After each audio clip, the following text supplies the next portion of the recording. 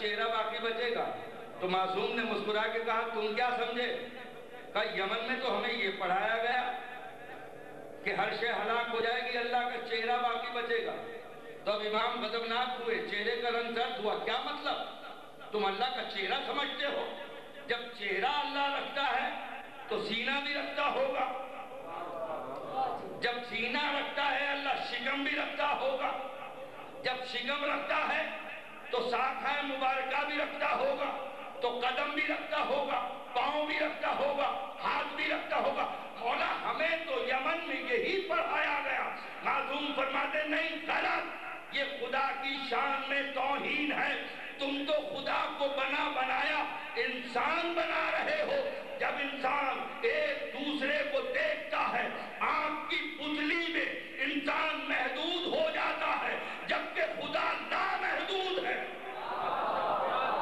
غور کر رہے ہیں؟ جبکہ خدا لامحدود۔ مولا ہمیں تو یہی پڑھایا گیا کہ کل شیء ہالک الا وجہہ، ہر شے ہلاک ہو جائے گی، اللہ کا چہرہ باقی بچے گا۔ مولا چہرے سے مراد کیا؟ یہ وہ چہرہ نہیں جو انسانوں کے ہوتا ہے؟ کہا نہیں، جب تم اللہ کا چہرہ تصور کرو گے تو آنکھ، کان، ناک، سینہ، شکم، شاخہ مبارکہ، قدم سب تصور میں آئیں گے۔ جب تصور میں آئیں گے تو وہ تمہارا تصور ہوگا، خدا نہیں ہوگا۔ بے شک بے شک۔ مولا پھر سمجھائیے کہ ہر شے ہلاک ہو جائے گی۔ میرے سنی شیعہ بھائی ذرا سا غور کریں جملوں پر کہ ہر شے ہلاک ہو جائے گی، اللہ کا چہرہ باقی بچے گا۔ کیا مطلب؟ امام نے کہا دیکھو، اب امام سمجھا رہے ہیں، آپ اس بات پر آمادہ ہیں کہ میں بیان کروں؟ اب امام فرما رہے ہیں، سمجھا رہے ہیں، دیکھ میرے بھائی، کوئی انسان مر جاتا ہے، کوئی انسان کسی انسان کو قتل کر دیتا ہے، اس کا سر، اس کا چہرہ چھپا دیتا ہے، دھڑ سرے راہ پڑا رہنے دیتا ہے۔ آنے والے لوگ جب اس کے جسم کو دیکھیں گے پہچان نہیں سکیں گے کس کا بیٹا ہے، کس کا پوتا ہے، کس کا نواسا ہے، کہاں کا رہنے والا ہے، کس قبیلے کا ہے، کس خاندان کا ہے، کیا بایو ڈیٹا ہے، نہیں پہچان سکیں گے۔ اور جو ہی اس کا چہرہ اس کے جسم سے ملائیں گے فوراً اس کی حقیقی معرفت سامنے آ جائے گی، کس کا بیٹا ہے، کس کا پوتا ہے، کہاں کا رہنے والا ہے، کس کا نواسا ہے، کس خاندان کا ہے۔ تو یہ چہرہ معرفت کراتا ہے پورے جسم کی، حقیقی معرفت یہ چہرہ کراتا ہے۔ تو مولا میری سمجھ میں نہیں آتا، کہا مولا فرماتے ہیں سن بھئی، ہر شے فنا ہو جائے گی، جو بھی شے سے شے بنی فنا کی منزل میں آئے گی، یعنی جس سے اللہ پہچانا گیا وہ شے باقی بچے گی، جبکہ وہ شے نہیں ہے، کیونکہ شے کو تو فنا ہونا ہے۔ یعنی جس سے اللہ پہچانا گیا وہ باقی بچے گی، وہ باقی بچے گا۔ دوسری آیت سن لیجئے، یوم ينفخ فی الصور ففزع من فی السماوات ومن الارض الا من شاء اللہ۔ اس دن جس دن سور پھونکا جائے گا، آسمان والے آسمان پر، زمین والے زمین پر، سب فنا ہو جائیں گے، اللہ کی مشیت باقی بچے گی، یعنی جسے اللہ چاہتا ہے، یعنی مشیت باقی بچے گی، مشیت جسے چاہتا ہے وہ باقی بچے گی۔ تو بھئی آسمان والے آسمان پر، زمین والے زمین پر جس دن سور پھونکا جائے گا، نہ بھائی، نہ بہن، نہ دوست، نہ احباب، نہ رشتہ دار، نہ یہ دنیا، نہ یہ دولت، نہ یہ چودراہٹ، نہ یہ کوئی شے باقی نہیں بچے گی۔ جس دن سور پھونکا جائے گا سب فنا کی منزل میں آئیں گے، آسمان والے آسمان پر، زمین والے زمین پر، سب فنا ہو جائیں گے۔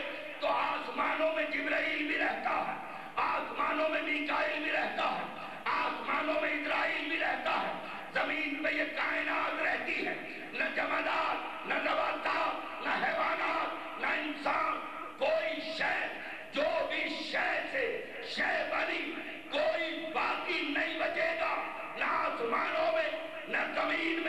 سب فنا ہو جائیں گے، باقی وہ بچے گا جو شے سے نہیں بنا. توجہ چاہ رہا ہوں، باقی وہ بچے گا جو شے سے نہیں بنا، یعنی جو شے سے بنا. اب جبرائیل بھی نور کی کسی شے سے بنا، جبھی تو فنا کی منزل پہ آئے گا.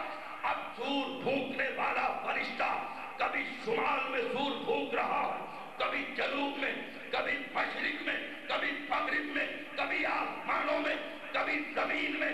ہر طرف سناٹا ہے، ہر طرف خاموشی ہے، ہر طرف تاریکی ہے. اب تو ایک باقی ہے، سور پھونکنے والا فرشتہ باقی ہے، اور ایک اور باقی ہے جسے اللہ کی مشیت کہتے ہیں، وہ باقی ہے.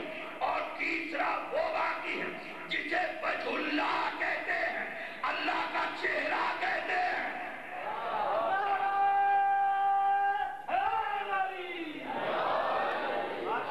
ہر شے کو فنا ہے، ہر شے فنا کی منزل پہ آئی. اس کا مطلب اللہ کا چہرہ کسی شے سے نہیں بنا، اس لیے باقی ہے. اللہ کی مشیت کسی شے سے نہیں بنی، اس لیے باقی ہے. اور یہ سور پھونکنے والا فرشتہ سورہ رحمان نے اعلان کیا وَكُلُّ مَنْ عَلَيْهَا فَانٍ وَيَبْقَى وَجْهُ رَبِّكَ ذُو الْجَلَالِ وَالْإِكْرَامِ. ہر شے فنا ہو جائے گی، وہ جو رب ہے اس کا چہرہ باقی ہے، جو ذو الجلال والاکرام ہے اس کا چہرہ باقی. 3 آیتوں میں 2 ہستیاں باقی ہیں، ایک اللہ کا چہرہ، دوسرے اللہ کی مشیت، اور تیسرے وہ سور پھونکنے والا فرشتہ باقی ہے. ہر طرف سناٹا طاری ہے، ہر طرف خاموشی طاری ہے، ہر طرف اندھیرا ہی اندھیرا ہے. بھئی توجہ چاہ رہا ہوں، اب دعا دینا آپ کا کام. اگر اندھیرا بھی کسی شے سے بنا وہ بھی فنا، اگر سناٹا بھی کسی شے سے بنا وہ بھی فنا، اگر تاریکی بھی کسی شے سے بنی وہ بھی فنا. 3 ہستیاں باقی. قرآن نے، ابھی پڑھ رہا ہوں آگے، قرآن نے کہا سور پھونکنے والا فرشتہ باقی ہے، اور اللہ کا چہرہ باقی ہے، اور اللہ کی مشیت باقی ہے. یعنی 2 ہستیاں، اللہ کا چہرہ، اللہ کی مشیت، اور تیسری ہستی سور پھونکنے والا فرشتہ. پھر قرآن نے کہا وَانْفَقُ فِي أُخْرَى. اب تو سور پھونکنے والا فرشتہ بھی فنا، اب کوئی باقی نہیں بچا. ہر طرف خاموشی، ہر طرف سناٹا. ایسا تو سناٹا نہیں ہے جیسا میں دیکھ رہا ہوں. محمد و آل محمد